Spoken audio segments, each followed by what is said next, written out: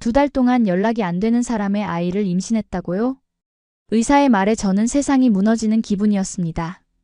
바르셀로나 항구에서 만난 한국인 남자. 짧은 만남 후 배를 타고 떠나버린 그는 지금 대양 건너편 어딘가에 있었죠. 연락은 거의 닿지 않았고 저는 혼자 모든 것을 감당해야 했습니다. 부모님께 임신 소식을 알렸을 때 그들의 실망한 표정이 아직도 기억납니다. 외국인에다 항해사라니, 연락도 안 되는 사람의 아이를. 그래도 저는 이 아이를 지키기로 결심했습니다. 혼자서라도. 출산을 한 달 앞둔 어느 날 예상치 못한 초인종 소리에 문을 열었습니다. 생전 처음 보는 한국의 노부부가 서 계셨어요. 우리는 진호 부모입니다. 손주 보러 왔어요. 그들의 서툰 영어에 저는 충격에 빠졌습니다. 임신 소식을 전해들은 그들이 단 하루의 망설임도 없이 지구 반대편에서 날아온 것이었습니다. 말이 통하지 않아도 그들의 따뜻한 손길과 걱정 어린 눈빛은 모든 것을 말해주었습니다. 출산의 고통 속에서 제 손을 꼭 잡아주던 한국 어머니의 눈물, 그리고 그 후 시작된 한국에서의 새로운 삶. 피 한 방울 섞이지 않았지만 저는 그들에게서 진정한 가족의 의미를 배웠습니다. 이것은 단순한 사랑 이야기가 아닙니다. 서로 다른 문화와 언어를 넘어 예상치 못한 인연으로 만들어진 특별한 가족의 이야기입니다. 여러분도 이 여정에 함께해주세요. 영상이 마음에 드신다면 구독과 좋아요, 알림 설정도 부탁드립니다. 저는 스페인 바르셀로나에서 태어나 자란 마리아라고 합니다. 항구 도시 바르셀로나에서 25년을 살아오면서 항상 바다를 사랑했고 그 푸른 지중해의 향기 속에서 자랐습니다. 우리 가족은 평범한 중산층이었죠. 아버지는 지역 선박회사에서 일하셨고 어머니는 작은 카페를 운영하셨습니다. 두 분 덕분에 저는 불편함 없이 자랄 수 있었지만 특별히 부유하지도 않았어요. 어렸을 때부터 저는 다양한 문화에 관심이 많았습니다. 항구 도시의 특성상 전 세계에서 온 사람들을 만날 기회가 많았거든요. 그 중에서도 유독 한국 문화에 푹 빠져 살았습니다. 한국 드라마를 보며 한국어를 독학했고 한국 음식을 직접 만들어 먹기도 했죠. 마리아, 또 그 한국 드라마 보고 있니? 어머니는 종종 제가 눈물을 흘리며 한국 드라마를 보는 모습을 보고 웃으셨습니다. 그러다 진짜 한국 남자랑 결혼하겠네. 그때마다 저는 웃으며 대답했죠. 에이, 그럴 리가요. 그냥 재미로 보는 거예요. 제 일상은 평범했습니다. 대학에서 관광학을 전공하고 졸업 후에는 바르셀로나의 작은 여행사에서 일하게 되었어요. 주로 유럽 각국에서 오는 관광객들을 안내하는 일이었는데 특히 아시아 관광객들을 맡게 되면 기뻤습니다. 그날도 평소와 다름없는 오후였습니다. 퇴근 후 항구 근처를 산책하고 있었죠. 바다를 바라보며 걷는 것은 제게 가장 큰 위안이었습니다. 파도 소리를 들으며 멀리 수평선을 바라보면 마음이 편안해졌어요. 그런데 그날은 조금 다른 일이 생겼습니다. 저기요. 혹시 영어 할 줄 아세요? 뒤에서 들려온 목소리에 돌아보니 아시아인으로 보이는 젊은 남자가 당황한 표정으로 서 있었습니다. 한국인이라는 것을 직감적으로 알 수 있었어요. 그는 지도를 들고 있었고 완전히 길을 잃은 모양이었습니다. 네, 영어로 대화할 수 있어요. 무슨 도움이 필요하신가요? 제가 물었습니다. 그는 안도의 표정을 지으며 대답했어요. 여기서 구시가지로 가는 방법을 알고 싶은데 지도를 봐도 잘 모르겠어요. 순간 용기를 내어 한국어로 물었습니다. 혹시 한국에서 오셨나요? 그의 눈이 커졌습니다. 네. 한국어를 하실 줄 아세요? 조금이요. 한국 드라마를 많이 봐서. 제가 수줍게 대답했습니다. 와, 정말 놀랍네요. 제 이름은 진호입니다. 한국에서 왔어요. 그렇게 저희의 첫 만남이 시작되었습니다. 진호 씨는 한국에서 입항한 상선의 항해사로 2주간의 휴가를 바르셀로나에서 보내고 있다고 했습니다. 저는 그에게 구시가지로 가는 길을 알려주었고 갑작스러운 용기가 생겨 제안했습니다. 제가 내일 휴일인데 바르셀로나 구경시켜 드릴까요? 현지인이 안내하면 더 재미있을 거예요. 다음 날 저는 진호 씨를 만나 바르셀로나의 명소들을 안내했습니다. 사그라다 파밀리아 성당부터 구엘 공원, 람블라스 거리까지. 그는 모든 것에 놀라워하며 끊임없이 사진을 찍었어요. 스페인은 정말 아름답네요. 하지만 당신 덕분에 더 특별해졌어요. 하루가 이틀이 되고 이틀이 사흘이 되었습니다. 저희는 매일 만났고 서로에 대해 더 많이 알아갔어요. 진호 씨는 서울 출신으로 해양대학을 졸업하고 항해사가 되었다고 했습니다. 6개월에서 길게는 1년까지 바다에서 생활하는 힘든 직업이었지만 그는 바다를 사랑한다고 했어요. 나흘째 되는 날 저희는 바르셀로네타 해변에서 석양을 바라보고 있었습니다. 해가 지는 바다는 붉게 물들었고 사람들의 웃음소리와 갈매기 울음소리가 어우러졌어요. 마리아. 진호 씨가 불쑥 제 이름을 불렀습니다. 내가 당신을 좋아하는 것 같아요. 심장이 멈출 것 같았습니다. 4번의 만남, 그것도 관광 가이드와 여행객으로 시작된 관계였는데 하지만 저 역시 그를 향한 감정이 단순한 호감을 넘어섰다는 것을 알고 있었어요. 저도요. 제가 작은 목소리로 대답했습니다. 그날 밤 저희는 처음으로 키스를 했고 그의 호텔방에서 밤을 보냈습니다. 모든 것이 너무 빠르게 진행되었지만 후회는 없었어요. 마치 운명처럼 느껴졌으니까요. 하지만 행복한 시간은 짧게 끝났습니다. 일주일 후 진호 씨는 다시 배에 올라야 했어요. 그는 6개월간 대서양을 항해하게 될 거라고 했습니다. 연락할게요. SNS로라도. 그가 약속했습니다. 기다려줄래요? 저는 고개를 끄덕였지만 마음 한구석에서는 불안함이 자리 잡았습니다. 이렇게 짧은 만남으로 시작된 관계가 과연 지속될 수 있을까? 진호 씨가 떠난 후 저는 평소의 일상으로 돌아갔습니다. 하지만 마음은 더 이상 평온하지 않았어요. 항상 그를 생각했고 그가 보내는 짧은 메시지에 의존하게 되었습니다. 배에서는 인터넷 연결이 불안정해서 자주 연락하기 어려웠지만 그래도 그는 가끔씩 메시지를 보내왔어요. 그런데 한 달이 지나고 2달이 되어갈 무렵 저는 이상한 증상을 느끼기 시작했습니다. 아침마다 심한 메스꺼움이 있었고 평소에 좋아하던 음식들의 냄새가 갑자기 역겨워졌어요. 그렇게 병원을 찾았고 의사의 말에 저는 충격을 받았습니다. 축하합니다, 마리아 씨. 임신하셨어요. 임신이라고요? 제 목소리가 떨렸습니다. 의사는 고개를 끄덕이며 웃었지만 제 머릿속은 혼란스러웠어요. 임신이라니. 단 며칠간의 만남으로. 그것도 이제는 대양 건너편에 있는 남자의 아이를. 병원을 나오는 길 다리가 후들거려 길가 벤치에 앉았습니다. 핸드폰을 꺼내 진호 씨에게 연락해야 한다는 생각이 들었지만 어떤 말을 해야 할지 막막했어요. 그날 밤 저는 밤새 뒤척였습니다. 이제 어떻게 해야 할까요? 부모님께 말해야 할까? 이 아이를 낳아야 할까? 수많은 질문이 머릿속을 맴돌았습니다. 그리고 다음날 아침 저는 결심했습니다. 우선 부모님께 솔직하게 말씀드리기로요. 엄마, 아빠, 제가 할 말이 있어요. 저녁 식사 후 거실에 모여 앉은 부모님 앞에서 제 목소리는 떨렸습니다. 어머니는 제 표정을 보고 이미 무언가 심각한 일이 있다는 것을 눈치챈 듯 했습니다. 무슨 일이니, 마리아? 저 임신했어요. 말을 꺼내는 순간 거실에는 무거운 침묵이 내려앉았습니다. 아버지의 얼굴이 굳어졌고 어머니는 놀라 입을 다물지 못했어요. 아이 아빠는 누구니? 마침내 아버지가 물었습니다. 한국인이에요. 항해사로 일하는 사람인데 지금은 바다에 있어서 연락이 잘 안 돼요. 아버지는 의자에서 벌떡 일어났습니다. 뭐라고? 외국인에다 항해사? 그것도 지금은 연락도 안 되는 사람이라고? 마리아, 넌 대체 무슨 생각을 한 거니? 어머니가 아버지의 팔을 잡고 진정시키려 했지만 그의 분노는 쉽게 가라앉지 않았습니다. 그 남자에게 연락해. 당장. 그리고 책임을 지라고 해. 아빠, 그게 쉽지 않아요. 그는 지금 대서양에 있고. 그럼 어쩔 셈이냐. 우리 딸이 외국인의 아이를 혼자 키우게. 말도 안 돼. 그날 밤은 제 인생에서 가장 힘든 밤 중 하나였습니다. 아버지는 화가 나서 집을 나가셨고 어머니는 눈물을 흘리며 저를 안아주셨어요. 다음 날 아버지는 조금 진정된 상태로 돌아왔습니다. 그는 제 앞에 앉아 깊은 한숨을 내쉬었어요.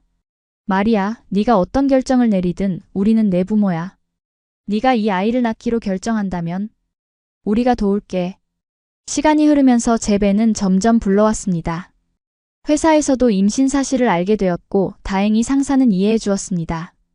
출산 후에도 직장으로 돌아올 수 있다고 약속해 주셨어요. 그러나 여전히 가장 큰 문제는 남아 있었습니다. 진호 씨에게 이 사실을 어떻게, 언제 알려야 할까요? 저는 계속해서 망설였습니다. 임신 5개월째, 저는 드디어 용기를 내어 진호 씨에게 메시지를 보냈습니다.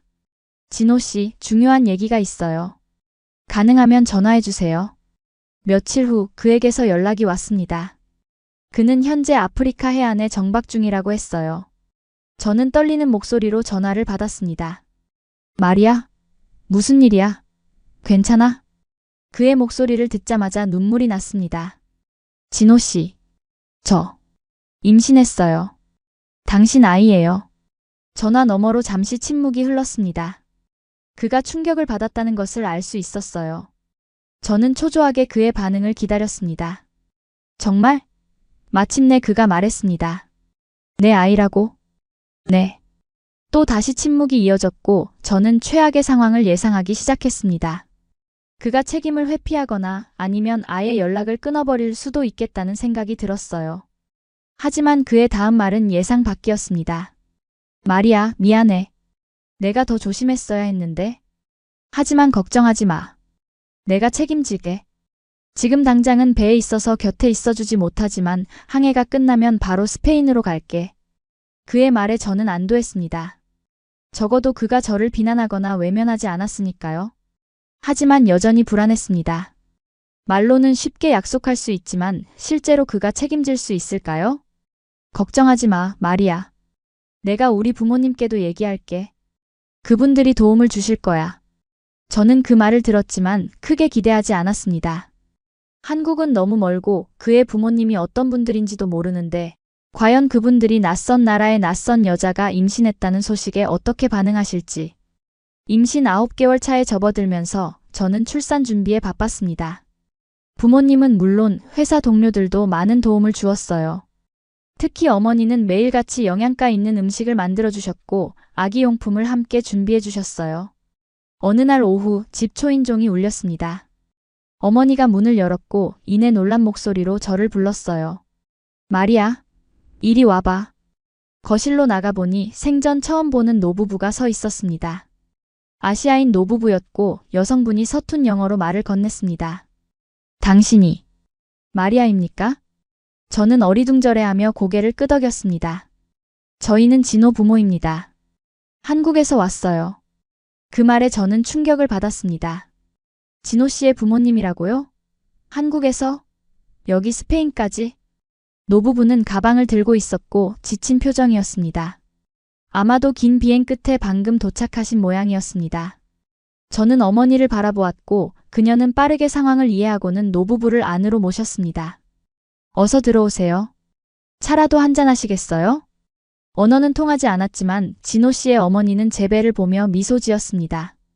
그리고 조심스럽게 손을 내밀어 제 배를 만져보려는 듯 했어요. 저는 고개를 끄덕이며 허락했고 그녀는 부드럽게 제 배를 쓰다듬었습니다. 아들, 딸?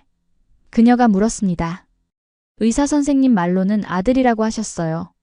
제가 대답했습니다. 그녀의 눈에 눈물이 고였습니다. 그때 진호 씨의 아버지가 가방에서 무언가를 꺼냈어요. 그것은 작은 한복이었습니다. 아기를 위한 전통 의상이었죠. 우리 손자를 위해 가져왔어요. 그가 서툰 영어로 설명했습니다. 저는 감동해서 말을 잇지 못했습니다. 이분들은 단지 손주가 생긴다는 소식에 지구 반대편에서 이곳까지 오셨다니요. 그날 저녁 저희 가족과 진호 씨의 부모님은 함께 식사를 했습니다. 언어는 통하지 않았지만 손짓과 몸짓 그리고 간단한 영어와 번역기의 도움으로 대화를 이어갔습니다. 진호 씨의 어머니는 계속해서 제게 무언가를 먹이려 했고 아버지는 진호 씨에 대한 이야기를 들려주셨어요. 진호는 항상 책임감 있는 아이였어요. 걱정하지 마세요. 그 아이가 당신과 아기를 잘 돌볼 거예요. 그 말에 저는 눈물을 참을 수 없었습니다. 이런 부모님 밑에서 자란 진호 씨라면 정말 믿을 수 있을 것 같았어요. 다음 날 진호 씨의 어머니는 한국에서 가져온 음식 재료로 요리를 시작했습니다. 그녀는 제게 한국 음식을 먹이기 위해 온갖 정성을 다했어요. 미역국, 김치, 불고기. 처음 먹어보는 음식도 있었지만 모두 맛있었습니다. 이거 많이 먹어야 해요. 아기 낳고 힘나게. 저는 감사히 그 음식을 먹었습니다. 그리고 점점 진호 씨의 부모님과 가까워졌어요. 그들은 매일 아침 일찍 일어나 집안일을 도왔고 제게 필요한 것이 있는지 항상 살폈습니다.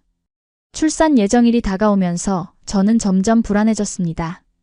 진호 씨는 여전히 바다에 있었고 출산 때 곁에 있어주지 못할 것이 분명했어요. 하지만 그의 부모님이 계셔서 큰 위안이 되었습니다. 그리고 마침내 출산 당일이 왔습니다. 새벽녘 갑자기 배가 아프기 시작했고 양수가 터졌습니다. 부모님과 진호 씨의 부모님은 서둘러 저를 병원으로 데려갔어요. 진통이 시작되고 저는 고통으로 신음했습니다. 진호 씨의 어머니는 제 손을 꼭 잡고 놓지 않았어요. 그녀의 눈에는 눈물이 고여 있었습니다. 힘내세요, 마리아. 우리 손자 만나러 가요. 그 말에 저는 더 큰 힘을 냈습니다. 12시간의 진통 끝에 드디어 제 아들이 세상에 나왔습니다. 의사가 아기를 제 품에 안겨주었을 때 저는 모든 고통을 잊었어요. 그는 너무나 작고 연약했지만 완벽했습니다. 진호 씨의 부모님이 병실로 들어오셨고 그들의 눈에는 기쁨의 눈물이 가득했습니다. 진호 씨의 어머니는 조심스럽게 아기를 안아보셨어요. 우리 손자. 진호 닮았네요. 그렇게 우리 아들 민석이가 세상에 태어났습니다. 이름은 진호 씨의 부모님이 지어주셨어요. 민은 영민할 민, 석은 돌석이라고 하셨는데 지혜롭고 단단한 사람이 되라는 의미라고 했습니다. 출산 후 첫 주는 정말 힘들었습니다. 밤새 깨어 있어야 했고 수유도 쉽지 않았어요. 하지만 진호 씨의 어머니, 제가 이제 어머님이라고 부르게 된 분께서 큰 도움을 주셨습니다. 그녀는 아기를 돌보는 법을 천천히 가르쳐 주셨고 제가 쉴 수 있도록 아기를 봐주셨어요. 이렇게 싸야 해요. 꼭꼭. 아기 편안하게. 어머님은 서툰 영어와 손짓으로 설명하셨습니다. 그녀가 기저귀를 갈고 아기를 싸는 모습은 마치 예술 같았어요. 수십 년간 익힌 솜씨가 느껴졌습니다. 한편 진호 씨의 아버님, 이제 제가 아버님이라고 부르게 된 분은 조용히 집안일을 도와주셨습니다. 그는 말이 많지 않았지만 항상 필요한 곳에 계셨어요. 저희 부모님도 많이 도와주셨어요.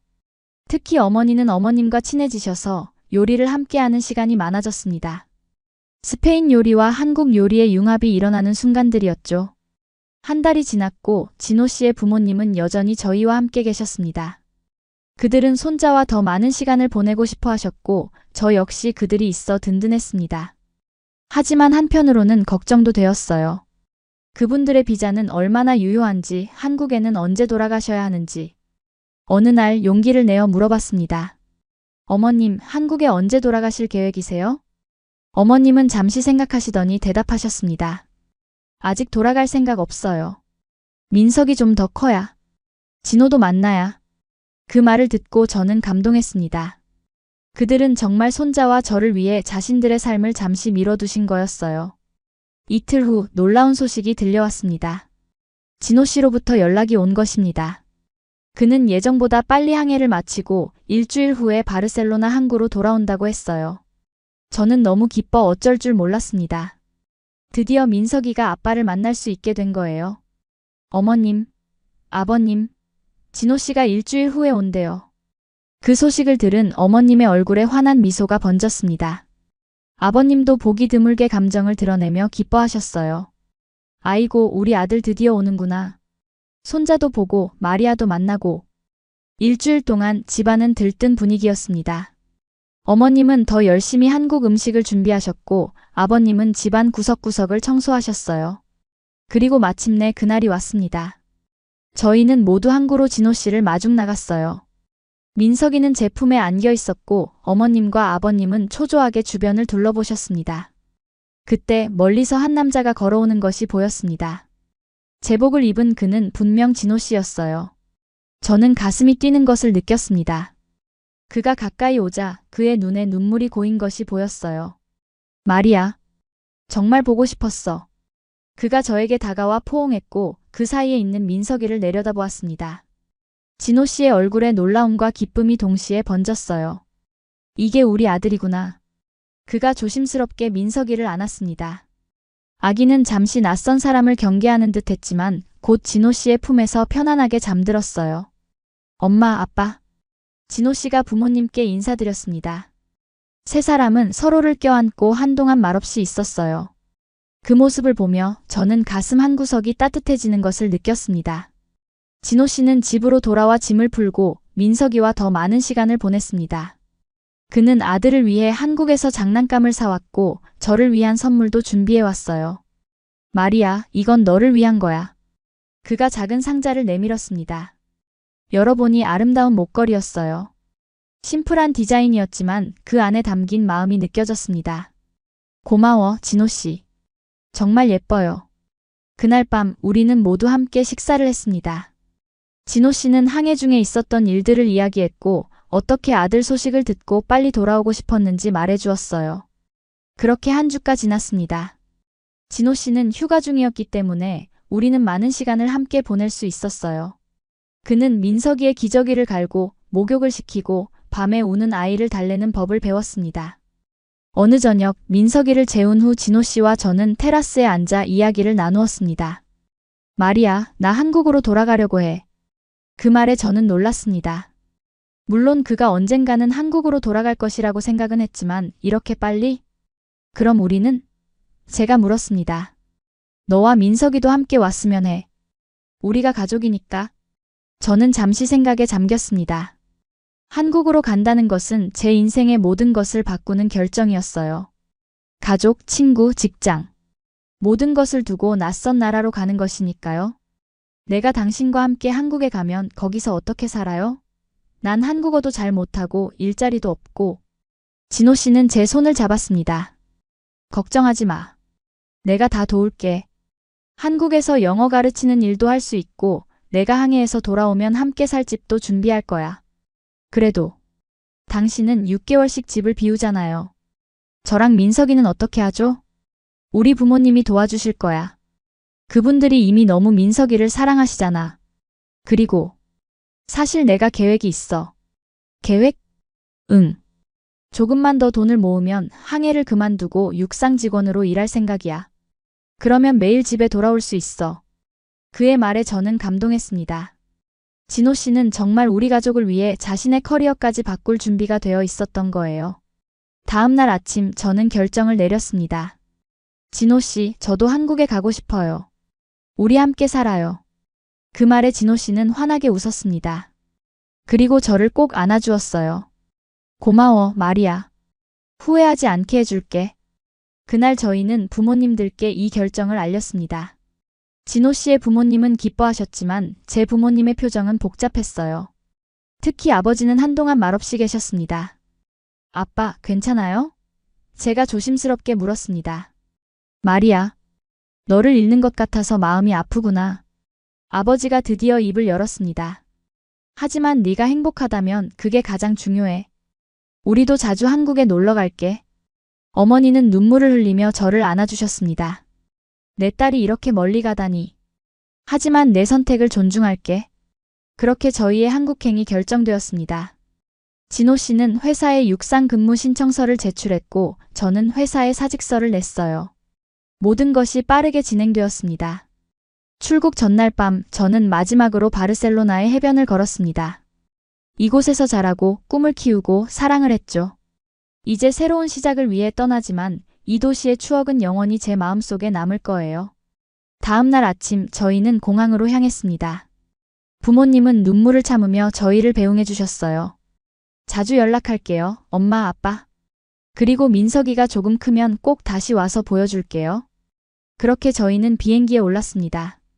저, 진호 씨, 민석이, 그리고 진호 씨의 부모님까지. 새로운 삶을 향한 첫 걸음이었습니다. 한국행 비행기 안에서 저는 창밖을 내다보며 생각에 잠겼습니다. 창문 너머로 보이는 구름들은 마치 제 앞날처럼 넓고 미지의 것이었어요. 12시간의 긴 비행 끝에 저희는 인천국제공항에 도착했습니다.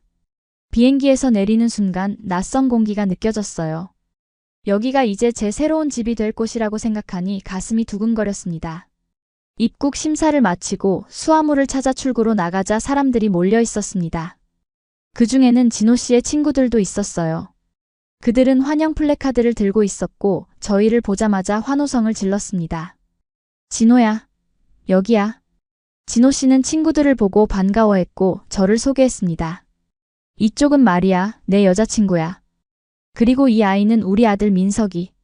친구들은 모두 놀란 듯 했지만 곧 따뜻하게 저희를 환영해 주었습니다. 특히 민석이에게 관심이 많았어요. 와, 너무 귀엽다. 진호랑 닮았네. 혼혈이라 더 예쁘다. 공항에서 나와 차를 타고 서울로 향했습니다. 창밖으로 보이는 한국의 모습은 제가 드라마에서 본 것과는 조금 달랐어요. 더 현대적이고 더 바빴습니다. 고층 건물들이 즐비했고 도로는 차들로 가득했어요. 1시간 정도 달려 우리는 진호 씨 부모님의 집에 도착했습니다. 그곳은 서울 외곽의 조용한 동네였어요. 아파트는 아니었지만 깔끔한 단독주택이었습니다. 정원에는 작은 채소밭도 있었어요. 여기서 당분간 지낼 거야. 내가 돈을 좀 더 모으면 우리 가족만의 집을 구할 거고. 진호 씨가 설명했습니다. 집 안으로 들어가자 편안한 분위기가 느껴졌습니다. 오래된 가구들이지만 깨끗하게 관리되어 있었고 벽에는 가족 사진들이 걸려 있었어요. 어머님은 분주하게 움직이시며 방을 보여주셨습니다. 여기 너희 방이야. 아기 침대도 준비했어. 방에는 정말로 아기 침대가 놓여 있었고 벽에는 아기 모빌까지 달려 있었어요. 그들이 우리를 위해 이렇게까지 준비해 주셨다는 사실에 감동했습니다. 고맙습니다, 어머님. 정말 좋아요. 그날 저녁 저희는 피로를 풀기 위해 일찍 잠자리에 들었습니다. 민석이도 새로운 환경에 적응하느라 좀 보채었지만 결국 제 품에 안겨 잠들었어요. 다음 날 아침 저는 한국의 첫 아침을 맞이했습니다. 창문을 열자 신선한 공기가 들어왔고 멀리서 산이 보였어요. 스페인과는 다른 풍경이었지만 나름의 아름다움이 있었습니다. 어머님은 이미 아침부터 부엌에서 요리를 하고 계셨어요. 한국식 아침 식사였는데 밥과 국, 그리고 여러 가지 반찬들이 테이블에 놓여 있었습니다. 식사 후 진호 씨는 저를 데리고 동네 구경을 시켜주었습니다. 민석이는 할머니와 할아버지가 봐주시기로 했어요. 저희는 먼저 근처 공원에 갔습니다. 그곳에는 많은 노인들이 운동을 하고 있었어요. 한국 노인분들은 건강에 정말 신경 쓰시네요. 제가 말했습니다. 그래, 우리 부모님도 매일 아침 저기서 운동하셔. 덕분에 건강하게 오래 사시지. 진호 씨가 대답했습니다. 공원에서 나와 우리는 지역 시장으로 향했습니다. 그곳은 활기가 넘쳤어요. 다양한 음식 냄새와 상인들의 외침이 공기 중에 가득했습니다. 여기서 식재료를 살 수 있어. 신선하고 가격도 괜찮아. 진호 씨가 설명했습니다. 시장을 돌아다니며 저는 여러 가지 한국 식품들을 보았어요. 떡, 김치, 고추장. 이름도 모르는 것들이 많았습니다. 진호 씨는 인내심 있게 하나하나 설명해 주었어요. 갑자기 한 할머니가 저희에게 다가왔습니다. 그녀는 저를 유심히 보더니 진호 씨에게 뭐라고 말했어요. 저는 한국어를 이해하지 못했기 때문에 진호 씨에게 물었습니다. 뭐라고 하셨어요? 아, 당신이 외국인인 것 같다고. 그리고 예쁘다고 하셨어. 진호 씨가 웃으며 대답했습니다. 할머니는 갑자기 제 손을 잡고 자신의 가게로 저를 이끌었어요. 그곳에는 각종 과일들이 진열되어 있었습니다. 그녀는 사과 한 개를 저에게 건넸어요. 먹어. 맛있어. 할머니가 서툰 영어로 말했습니다. 저는 감사히 받았고 한 입 베어 물었습니다. 정말 달고 맛있었어요. 감사합니다. 할머니는 환하게 웃으셨고 더 많은 과일을 봉지에 담아 저희에게 주셨습니다. 진호 씨가 돈을 내려고 했지만 할머니는 손사래를 치며 거절하셨어요. 서비스야. 외국인 며느리 환영해. 그 말에 저는 얼굴이 붉어졌습니다. 아직 정식으로 결혼한 것도 아닌데 벌써 며느리라고 부르시다니. 하지만 그 순간 한국 사람들의 따뜻함을 느꼈어요. 시간이 흐르면서 저는 조금씩 한국어를 배우기 시작했습니다. 진호 씨와 그의 부모님이 기본적인 인사말과 생활 용어를 가르쳐 주셨어요. 안녕하세요, 감사합니다, 맛있어요. 간단한 말들이었지만 그것만으로도 일상생활이 한결 수월해졌습니다. 어머님은 특히 저에게 한국 요리를 가르쳐 주시는 것을 즐기셨어요. 김치찌개, 불고기, 된장찌개. 처음에는 모든 것이 낯설었지만 점차 한국 음식의 맛에 익숙해져 갔습니다. 마리아, 이렇게 썰어. 작게, 작게. 어머님이 야채 썰기를 가르쳐 주셨습니다. 저는 어머님의 지시에 따라 야채를 썰었고 그녀는 만족스러운 미소를 지으셨어요. 잘했어. 이제 진짜 한국 며느리 같아. 그 말에 저는 웃었지만 마음속으로는 여전히 불안함이 있었습니다. 아직 정식으로 결혼한 것도 아닌데 어머님은 이미 저를 며느리로 생각하고 계셨어요. 한국에 온 지 한 달이 되던 날, 진호 씨는 저녁 식사 후 테라스로 저를 불렀습니다. 그곳에는 작은 테이블이 놓여 있었고 그 위에는 와인 한 병과 2개의 잔이 준비되어 있었어요. 오늘 특별한 날이니? 제가 물었습니다. 그냥 별이 예뻐서. 그가 대답했지만 그의 눈빛에서 무언가 다른 것을 느꼈습니다. 우리는 와인을 마시며 이야기를 나누었어요. 한국에서의 한 달, 민석이의 성장, 그리고 앞으로의 계획에 대해서요. 마리아, 나 내일부터 회사에 출근해야 해. 진호 씨가 갑자기 말했습니다. 저는 놀랐어요. 벌써요? 더 휴가를 쓰지 않아도 돼요? 회사에서 빨리 와달라고 해서. 하지만 걱정하지 마. 육상 근무로 바꿔서 매일 집에 돌아올 거야. 저는 안도했습니다. 적어도 그가 6개월씩 바다에 나가 있는 일은 없을 테니까요. 그리고 마리아. 진호 씨가 주머니에서 작은 상자를 꺼냈습니다. 이건 너를 위한 거야. 상자를 열어보니 반지가 들어있었어요. 심플하지만 아름다운 다이아몬드 반지였습니다. 마리아, 나와 결혼해 줄래? 그 순간 저는 말을 잃었습니다. 너무 갑작스러웠지만 한편으로는 예상했던 일이기도 했어요. 진호 씨, 정말 저와 결혼하고 싶으세요? 물론이지. 우리는 이미 가족이잖아. 민석이도 있고. 이제 정식으로 남편과 아내가 되면 좋겠어. 네, 결혼하고 싶어요. 제가 마침내 대답했습니다. 진호 씨의 얼굴에 환한 미소가 번졌고 그는 저를 꼭 안아주었어요. 그 순간 테라스 문이 열리고 어머님과 아버님이 나오셨습니다. 그들은 마치 이 순간을 기다렸다는 듯 우리를 축하해 주셨어요. 축하해. 우리 며느리 됐구나. 어머님이 기뻐하셨습니다. 저는 그제서야 깨달았습니다. 이 프로포즈는 미리 계획된 것이었고 어머님과 아버님도 알고 계셨던 거예요. 결혼 준비는 생각보다 복잡했습니다. 한국식 결혼에는 여러 가지 절차가 있었어요.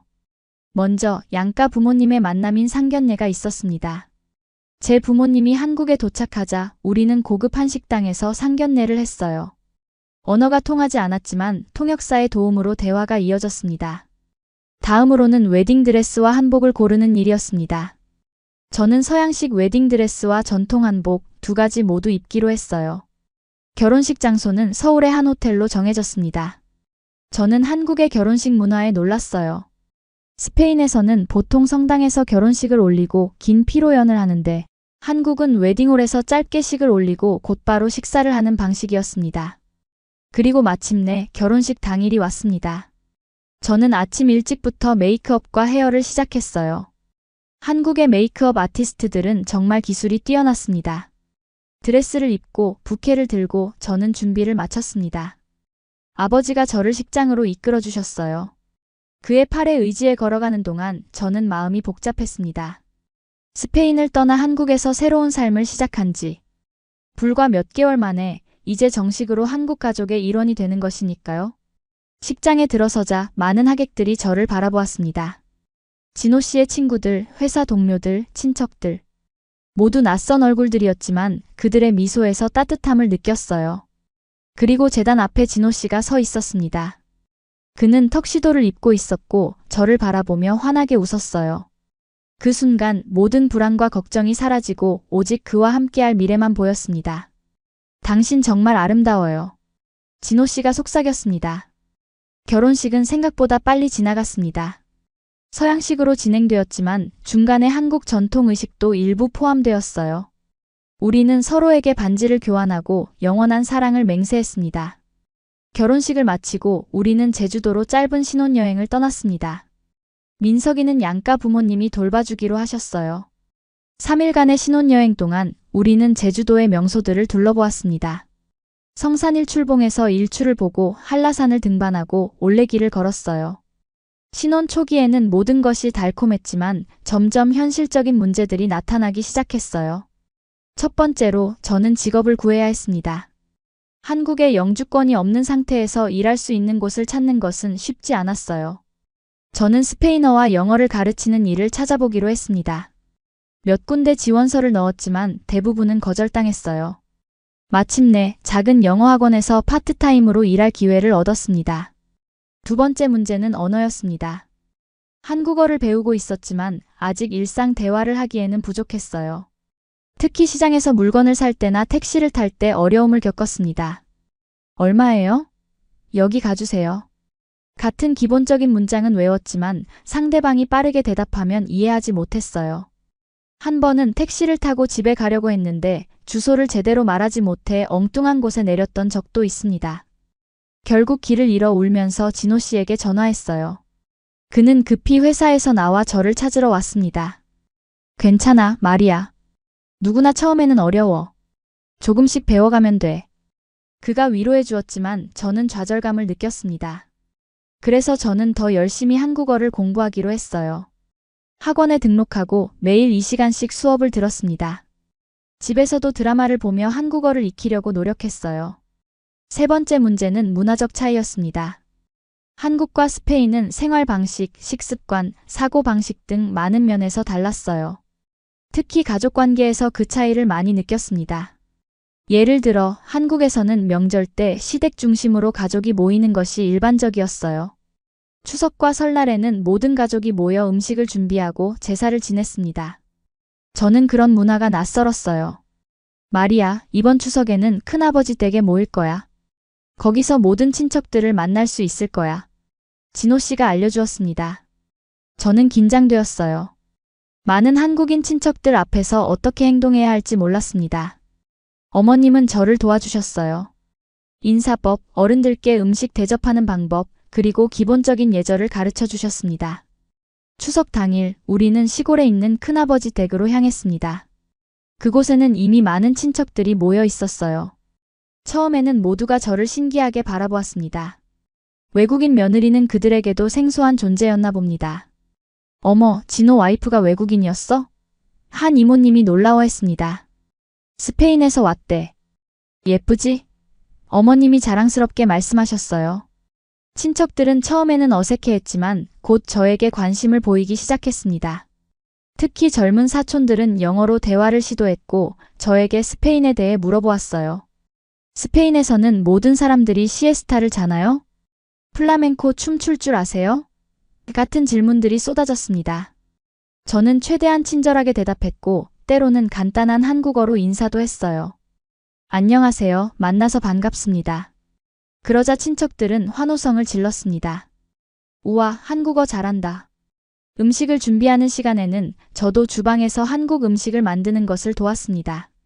떡볶이 만드는 법을 배웠고 김밥 마는 것도 도전해봤어요. 처음에는 서툴렀지만 다른 여성 친척들이 친절하게 도와주셨습니다. 이렇게 하면 더 예쁘게 돼. 자, 한번 해봐. 진호 씨의 사촌 언니가 김밥 마는 법을 보여주었습니다.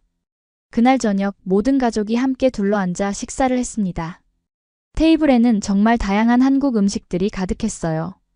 제가 도움을 준 떡볶이와 김밥도 있었고 그 외에도 갈비, 잡채, 불고기, 전 등 셀 수 없이 많은 요리들이 있었습니다. 마리아, 이거 한번 먹어봐. 한국의 대표적인 명절 음식이야. 큰아버지가 송편이라는 떡을 권하셨습니다. 저는 감사히 받아 먹었고 그 달콤한 맛에 감탄했어요. 정말 맛있네요. 식사 후에는 가족 게임 시간이 있었습니다. 윷놀이라는 한국 전통 게임을 배웠어요. 처음에는 규칙이 복잡해 보였지만 몇 번 하다 보니 재미있었습니다. 도, 개, 걸, 윷, 모. 맞나요? 제가 기억해 보려고 노력했습니다. 맞아. 잘 기억했네요. 진호 씨의 사촌이 칭찬해 주었습니다. 그렇게 첫 번째 추석은 생각보다 즐겁게 지나갔습니다.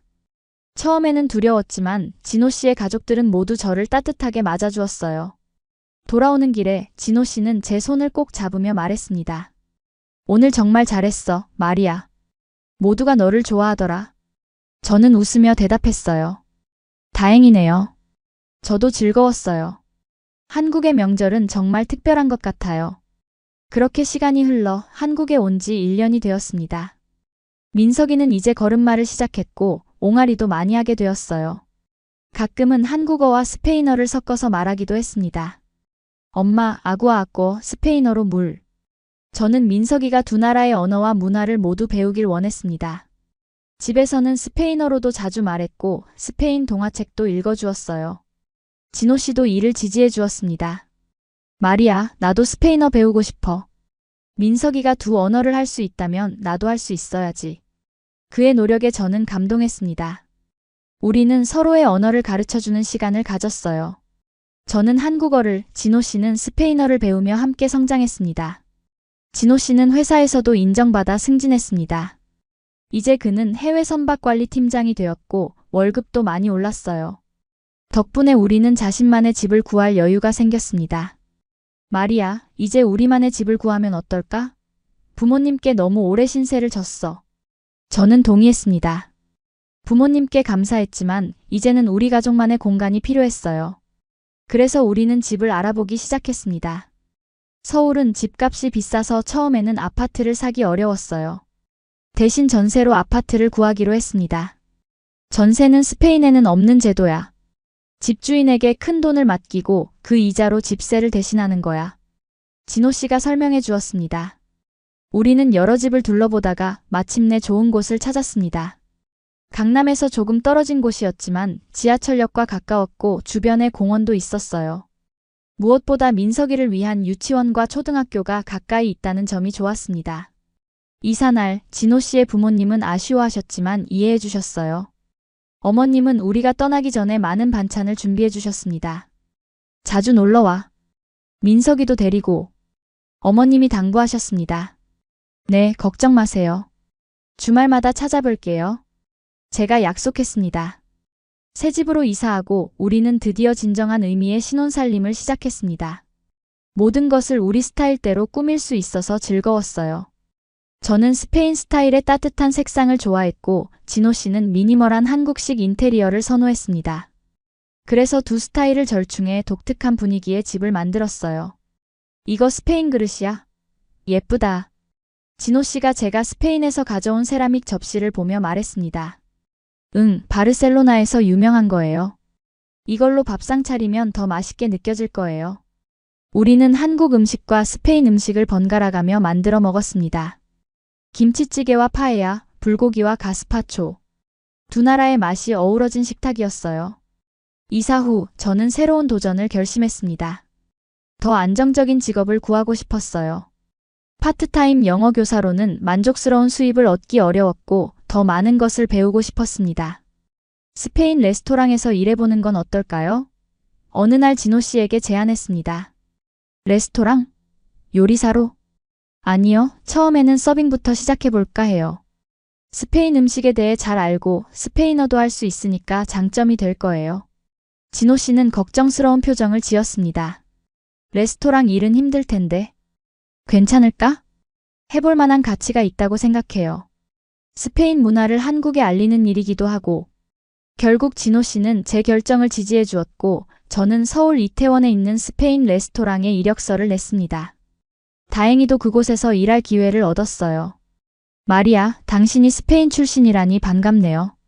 우리 레스토랑은 진짜 스페인 음식을 선보이고 싶어 하거든요. 사장님이 말씀하셨습니다. 저는 주 5일 저녁 시간에 일하게 되었어요. 진호 씨가 퇴근 후 민석이를 돌볼 수 있었기 때문에 가능했습니다. 처음에는 서빙 일이 생각보다 힘들었어요. 오래 서 있어야 했고 바쁜 시간에는 정신없이 뛰어다녀야 했습니다. 하지만 점차 적응해갔고 일도 재미있어졌어요.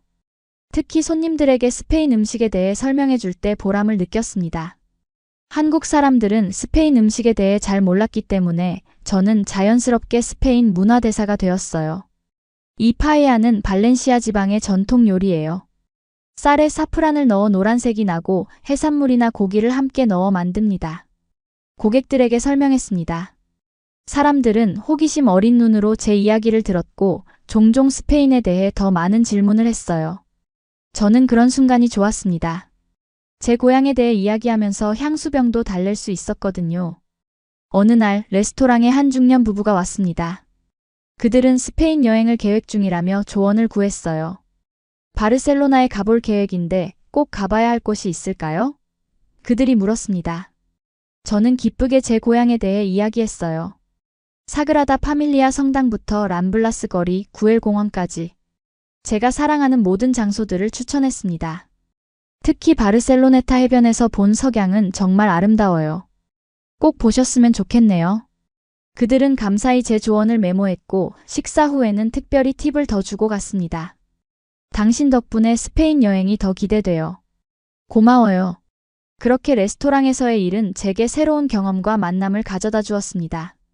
6개월 정도 지났을 때 사장님은 저에게 새로운 제안을 하셨어요. 마리아, 당신이 스페인 요리에 관심이 많다고 들었어요. 우리 주방에서 일해볼 생각 없나요? 보조 요리사부터 시작해서. 저는 놀랐지만 동시에 흥분됐습니다. 요리는 항상 제 취미였고 이제 그것을 직업으로 삼을 기회가 생긴 것이니까요. 정말요? 기회를 주신다면 최선을 다하겠습니다. 그렇게 저는 서빙에서 주방으로 자리를 옮겼습니다. 처음에는 야채 손질이나 간단한 준비 작업부터 시작했어요. 하지만 열심히 배우고 노력한 결과 점점 더 중요한 요리를 맡게 되었습니다.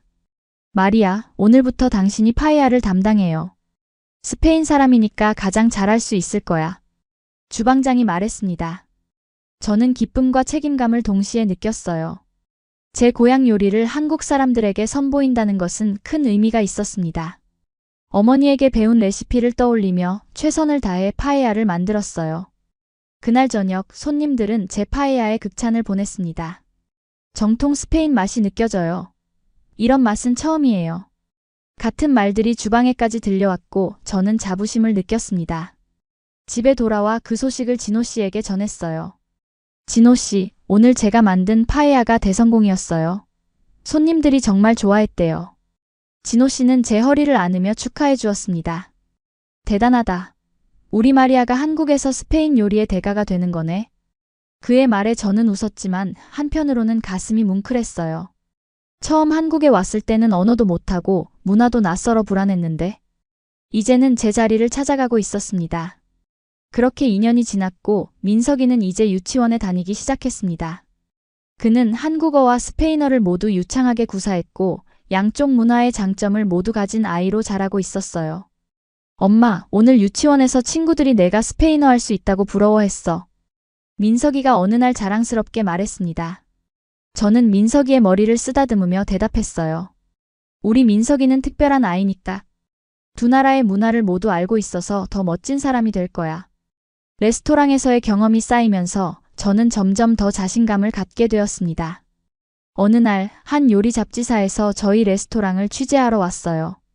그들은 특히 스페인 출신 요리사가 있다는 소식을 듣고 관심을 보였습니다. 마리아 씨, 스페인 요리에 대한 인터뷰를 해주실 수 있을까요? 기자가 물었습니다. 처음에는 긴장됐지만 제가 사랑하는 스페인 요리에 대해 이야기하는 것은 어렵지 않았어요. 인터뷰는 생각보다 잘 진행되었고 한 달 후 잡지에 실렸습니다. 와, 마리아. 네가 잡지에 나왔어. 진호 씨가 잡지를 들고 흥분해서 말했습니다. 기사는 한국에서 진정한 스페인 맛을 선보이는 바르셀로나 출신 요리사라는 제목으로 실렸어요. 제 사진과 함께 스페인 요리의 특징과 한국에서의 경험에 대한 인터뷰가 실려 있었습니다. 그 기사 덕분에 레스토랑은 더 많은 손님들로 붐비게 되었고 저는 더 많은 책임을 맡게 되었어요. 이제는 스페인 요리 코너의 부주방장으로 일하게 되었습니다. 마리아, 당신은 정말 재능이 있어요. 우리 레스토랑의 보물이에요. 사장님이 말씀하셨습니다. 그런 인정을 받는 것은 정말 기뻤어요. 한국에서의 삶이 점점 더 안정되고 보람차게 느껴졌습니다. 하지만 모든 것이 순탄하지만은 않았어요. 어느 날 민석이가 유치원에서 돌아와 슬픈 표정으로 말했습니다. 엄마, 나 왜 피부색이 달라? 친구들이 물어봤어. 그 말에 저는 가슴이 아팠습니다. 민석이는 혼혈아이다 보니 순수 한국인 아이들과는 외모가 조금 달랐어요. 지금까지는 그것이 문제가 되지 않았지만 아이들이 점점 자라면서 차이를 인식하기 시작한 것 같았습니다. 민석아, 그건 네가 특별하다는 뜻이야. 엄마는 스페인에서 왔고 아빠는 한국 사람이라서 너는 두 나라의 피가 섞인 멋진 아이야. 제가 설명해 주었습니다. 그런데 왜 친구들은 나랑 달라서 이상하대? 그건 그 친구들이 아직 잘 몰라서 그런 거야. 세상에는 다양한 사람들이 있고 모두 다른 모습을 하고 있어. 그게 오히려 더 아름다운 거지. 민석이는 고개를 끄덕였지만 완전히 이해하지는 못한 것 같았어요. 저는 그의 고민을 돕기 위해 비슷한 경험을 가진 다른 이중문화 가정의 아이들을 만날 기회를 마련해 주었습니다.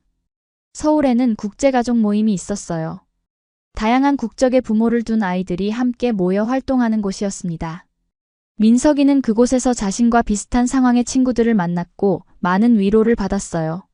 엄마, 제 친구 중 한 명은 프랑스와 한국 혼혈이에요.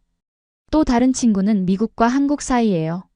모두 저처럼 두 나라를 오가며 살고 있대요. 민석이가 모임에서 돌아와 신나게 말했습니다. 그래? 어땠어? 재미있었니? 네. 다들 저랑 비슷한 고민이 있더라고요. 하지만 모두 그게 나쁜 게 아니라고 말해줬어요. 오히려 더 많은 것을 경험할 수 있는 기회라고요.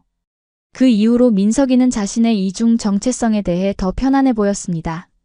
그는 한국 친구들에게는 스페인 문화를, 스페인 친구들에게는 한국 문화를 소개하며 자부심을 느끼기 시작했어요. 오늘 학교에서 한국의 설날에 대해 발표했어요. 모두들 떡국이 뭔지 궁금해했어요. 스페인 학교에서 돌아온 민석이가 말했습니다. 이렇게 민석이가 자신만의 방식으로 두 문화를 통합해가는 모습을 보면서 저도 많은 것을 배웠습니다. 사실 저 역시 한국에서 살면서 정체성의 혼란을 경험했거든요. 스페인 사람이면서도 한국 문화에 적응하고 때로는 두 문화 사이에서 균형을 찾는 것이 쉽지 않았어요. 하지만 민석이를 통해 저는 두 문화를 완전히 분리된 것으로 볼 필요가 없다는 것을 깨달았습니다. 그것들은 함께 어우러져 우리 가족만의 독특한 문화를 만들어가고 있었어요. 저는 이제 한국을 제 두 번째 고향이라고 부릅니다. 여전히 바르셀로나의 푸른 바다가 그립기도 하지만 서울의 북적이는 거리와 정겨운 사람들도 제 마음의 일부가 되었어요. 그리고 무엇보다 진호 씨와 민석이와 함께하는 곳이라면 그곳이 바로 저의 진정한 집입니다. 한국에 온 지 3년이 지난 지금 저는 작은 스페인 식당 카사마리아를 오픈했습니다. 이태원에 있는 이 작은 식당은 제 꿈의 실현이었어요. 진호 씨는 제 결정을 지지해 주었고 경영과 관련된 모든 일을 도와주었습니다. 당신의 요리는 정말 특별해요. 많은 사람들이 좋아할 거예요. 진호 씨가 말했습니다. 처음에는 작은 식당으로 시작했지만 입소문이 나면서 점점 더 많은 손님들이 찾아오기 시작했어요. 저는 바르셀로나에서 배운 정통 스페인 요리를 선보였고 때로는 한국 재료를 활용한 퓨전 요리도 만들었습니다. 어느 날 저는 어머님께 식당에서 함께 일해보지 않겠냐고 제안했습니다. 그녀는 이미 은퇴하셨고 가끔 심심하다고 하셨거든요. 나같이 늙은이가 도움이 될까? 어머님이 의아해하셨습니다. 물론이죠. 어머님은 한국 음식을 너무 잘 만드시잖아요. 우리 식당에 한국식 타파스 메뉴를 추가하면 어떨까 해요. 그렇게 어머님은 저희 식당에서 일주일에 몇 번 일하게 되셨습니다. 그녀가 만든 김치전, 떡볶이 타파스, 불고기 롤 등은 손님들에게 큰 인기를 끌었어요. 어머님도 새로운 일을 하면서 활력을 찾으셨고 저는 그녀와 더 가까워질 수 있었습니다. 마리아, 네가 우리 식구가 된 건 정말 축복이야. 어느 날 어머님이 갑자기 말씀하셨어요. 제가 더 감사해요, 어머님. 한국에서 저를 딸처럼 대해주셔서. 처음엔 걱정했어. 외국인 며느리가 우리 문화에 적응할 수 있을까? 하지만 넌 정말 잘 해냈어. 게다가 우리에게 스페인 문화도 알려주었고. 그 말씀에 저는 눈물이 났습니다. 어머님의 인정은 저에게 큰 의미가 있었어요. 민석이는 이제 초등학교에 들어갈 나이가 되었고 그는 한국 학교와 주말 국제학교를 병행하기로 했습니다. 이중 언어와 이중 문화 속에서 자란 그는 두 세계를 자연스럽게 오가며 자신만의 정체성을 만들어가고 있었어요. 엄마, 저는 커서 뭐가 될까요? 어느 날 민석이가 물었습니다. 네가 원하는 건 뭐든 될 수 있을 거야. 넌 두 개의 세계를 이해하는 특별한 아이니까. 저는요, 나중에 한국과 스페인을 연결하는 일을 하고 싶어요. 통역사나 외교관 같은 거요. 저는 민석이의 머리를 쓰다듬었습니다. 멋진 꿈이구나. 엄마는 네가 무슨 일을 하든 지지할 거야. 진호 씨는 회사에서 해외 부서로 자리를 옮겼고 이제 스페인과 한국을 오가며 일하게 되었습니다.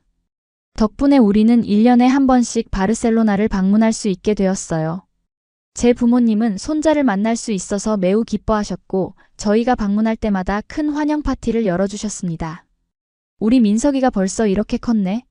어머니가 민석이를 안으며 말했습니다. 스페인어도 참 잘하고 한국어도 잘하고 정말 대단한 우리 손자야. 바르셀로나에 있는 동안 저는 민석이에게 제가 자란 곳들을 보여주었어요. 제가 다녔던 학교, 놀았던 공원, 그리고 진호 씨를 처음 만났던 항구까지. 이 항구에서 아빠를 처음 만났어. 아빠가 길을 잃어서 내가 도와줬지. 제가 민석이에게 이야기해 주었습니다. 그래서 우리 가족이 된 거예요? 민석이가 호기심 어린 눈으로 물었습니다. 그래, 그 작은 만남이 지금의 우리 가족을 만들었어. 진호 씨는 민석이의 머리를 쓰다듬으며 말했어요. 내가 길을 잃은 건 운명이었나 봐. 그래서 엄마를 만날 수 있었으니까. 우리는 함께 해변을 걷고 바다를 바라보았습니다. 같은 바다를 바라보며 저는 생각했어요. 이 광활한 바다가 저와 진호 씨를 이어주었고 지금의 행복한 가족을 만들어 주었다고요. 한국으로 돌아온 후 저희의 일상은 다시 시작되었습니다. 카사 마리아는 작지만 안정적으로 운영되고 있었고 민석이는 학교에서 잘 적응하고 있었어요. 진호 씨는 회사에서 인정받으며 열심히 일했고 저는 요리를 통해 두 문화를 연결하는 일을 계속했습니다. 어느 날 저는 한 텔레비전 프로그램에서 요리 시연을 해달라는 제안을 받았어요. 처음에는 카메라 앞에 서는 것이 부담스러웠지만 진호 씨와 민석이의 응원에 용기를 내어 출연하기로 했습니다. 마리아 씨는 스페인 출신이시지만 한국에서 스페인 식당을 운영하고 계신다고 들었습니다. 오늘은 어떤 요리를 보여주실 건가요? 진행자가 물었습니다. 오늘은 한국의 재료를 활용한 스페인 요리를 선보이려고 합니다. 김치 파에야라는 요리인데 스페인의 전통 파에야에 한국의 김치를 더해 특별한 맛을 냈어요. 제가 대답했습니다. 방송이 나간 후 더 많은 사람들이 저희 식당을 찾아왔고 김치 파에야를 맛보고 싶어 했습니다. 저는 이런 관심이 너무 신기했지만 한편으로는 기뻤어요. 제가 사랑하는 두 문화를 음식을 통해 연결할 수 있다는 것은 정말 특별한 경험이었으니까요. 시간이 흐르면서 우리 가족은 더욱 단단해졌습니다. 처음에는 문화적 차이로 인한 오해와 갈등도 있었지만 서로를 이해하고 존중하려는 노력 덕분에 우리는 그런 어려움을 모두 극복할 수 있었어요. 진호 씨는 이제 스페인어를 꽤 유창하게 구사했고 저도 한국어로 일상 대화를 하는데 큰 어려움이 없었습니다. 민석이는 두 언어를 모국어처럼 사용했고 양쪽 문화의 장점을 모두 흡수하며 자라고 있었어요. 어느 날 저녁 우리 가족은 한강공원에 소풍을 갔습니다. 강가에 돗자리를 펴고 스페인 햄과 치즈, 한국의 김밥과 떡볶이를 함께 먹었어요. 민석이는 친구들과 뛰어놀았고 진호 씨와 저는 강물을 바라보며 이야기를 나누었습니다. 마리아, 이런 생각 해본 적 있어? 우리가 만나지 않았다면 지금 어디서 뭘 하고 있을까? 진호 씨가 물었습니다. 저는 잠시 생각했어요. 글쎄요. 저는 아마 바르셀로나에서 여전히 여행사에서 일하고 있었을 거예요. 당신은? 난 아마도 여전히 배에서 항해하고 있었겠지. 6개월씩 바다에 나가 있고 정말 외롭게 살고 있었을 거야. 우리가 만나서 다행이네요. 제가 진호 씨의 손을 잡으며 말했습니다. 정말 다행이야. 네가 없었다면 민석이도 없었을 거고 이렇게 행복한 가족도 없었을 테니까. 저는 민석이를 바라보았습니다. 그는 강가에서 돌을 던지며 즐겁게 놀고 있었어요. 우리의 사랑이 만들어낸 작은 기적, 두 문화가 만나 탄생한 특별한 아이였습니다. 저는 항상 궁금했어요. 왜 그날 저를 도와달라고 했을까요? 다른 사람에게 물어볼 수도 있었을 텐데. 제가 물었습니다. 진호 씨는 웃으며 대답했어요. 솔직히? 당신이 너무 예뻐서. 그리고 뭔가 따뜻한 기운이 느껴졌어. 그게 인연이었나 봐. 저도요. 처음 봤을 때부터 당신이 특별하게 느껴졌어요. 그래서 다음날 가이드 해주겠다고 제안했나 봐요. 우리는 서로를 바라보며 웃었습니다. 운명이라고 하기엔 너무 진부할지 모르지만 지구 반대편에서 온 두 사람이 우연히 만나 이렇게 가족이 되었다는 것은 정말 신기한 일이었어요. 민석이가 우리에게 달려왔습니다. 엄마, 아빠, 저기 배 봤어요? 아빠가 타던 배처럼 큰 배가 지나가요. 우리는 모두 강 쪽을 바라보았습니다. 한강을 따라 유람선이 지나가고 있었어요. 그것은 진호 씨가 타던 상선과는 비교도 할 수 없이 작았지만 민석이의 상상 속에서는 아빠의 배였나 봅니다. 맞아, 정말 멋지구나. 진호 씨가 민석이를 안아들었습니다. 아빠, 나중에 저도 배 타고 여행할 수 있어요? 물론이지. 언젠가 우리 셋이 함께 크루즈 여행을 가자. 스페인도 가고 다른 나라들도 구경하고. 민석이의 눈이 반짝였습니다. 와, 정말요? 약속해요? 약속할게. 진호 씨와 저는 동시에 대답했습니다. 그날 밤 집으로 돌아가는 차 안에서 민석이는 뒷자리에서 곤히 잠들었습니다. 저는 그를 바라보며 생각했어요. 우리의 아이는 두 개의 세계, 두 개의 문화 속에서 자라고 있지만 결코 혼란스럽거나 불완전하지 않았습니다. 오히려 그 모든 것을 자연스럽게 받아들이며 더 넓은 시야와 따뜻한 마음을 가진 아이로 성장하고 있었어요. 집에 도착해서 민석이를 침대에 눕히고 진호 씨와 저는 테라스에 나와 와인 한 잔을 나누었습니다. 서울의 밤하늘은 별이 많지 않았지만 도시의 불빛이 마치 별처럼 빛나고 있었어요. 마리아, 진호 씨가 제 이름을 불렀습니다. 고마워. 뭐가요? 모든 것에 대해서. 한국에 와줘서, 나와 결혼해줘서, 민석이를 낳아줘서, 그리고 매일 나를 행복하게 해줘서. 저는 그의 손을 잡았습니다. 저도 감사해요. 당신이 저의 인생을 완전히 바꿔놨으니까요. 처음에는 두렵고 낯설었지만 지금은 이곳이 제 집이라고 느껴져요. 우리는 앞으로도 많은 어려움을 겪겠지만 함께라면 모든 것을 극복할 수 있을 거야. 네, 함께라면요. 그렇게 우리는 별이 빛나는 서울의 밤하늘 아래에서 미래를 꿈꾸었습니다. 두 개의 세계에서 온 우리가 만들어낸 작은 우주, 그것이 바로 우리 가족이었어요. 처음 한국에 왔을 때 저는 모든 것이 두렵고 불안했습니다. 언어도 다르고 문화도 다르고 음식도 달랐으니까요. 하지만 이제는 그 모든 차이가 우리 가족을 더욱 특별하고 풍요롭게 만들어준다는 것을 알게 되었어요. 스페인의 정열과 한국의 정이 만나 만들어낸 우리 가족의 이야기는 계속되고 있습니다. 때로는 어려움도 있고 오해도 생기지만 서로에 대한 사랑과 존중이 있기에 우리는 항상 함께 나아갈 수 있을 거예요. 만약 여러분도 저처럼 낯선 나라에서 새로운 삶을 시작하고 있다면 용기를 잃지 마세요. 언어와 문화의 장벽은 높아 보이지만 진심 어린 마음과 노력으로 극복할 수 있습니다. 그리고 그 과정에서 여러분은 더 강해지고 더 넓은 세계를 만나게 될 거예요. 제가 바르셀로나 항구에서 길 잃은 한국 남자를 만났던 그날, 저는 제 인생이 이렇게 바뀔 것이라고 상상도 못했습니다. 하지만 지금 돌이켜보면 그것은 제 인생 최고의 순간 중 하나였어요. 진호 씨를 만나지 않았다면 저는 민석이도 한국이라는 두 번째 고향도 그리고 지금의 행복도 알지 못했을 테니까요. 두 개의 세계, 하나의 마음. 그것이 바로 우리 가족의 모습입니다. 그리고 저는 이 특별한 여정을 여러분과 나눌 수 있어서 정말 기쁩니다. 이 이야기가 여러분께 조금이나마 위로와 용기가 되었기를 바랍니다. 그리고 만약 이 영상이 마음에 드셨다면 구독과 좋아요, 알림 설정도 부탁드립니다. 여러분의 따뜻한 응원이 저에게 큰 힘이 됩니다. 감사합니다. 그리고 다음 이야기에서 다시 만나요.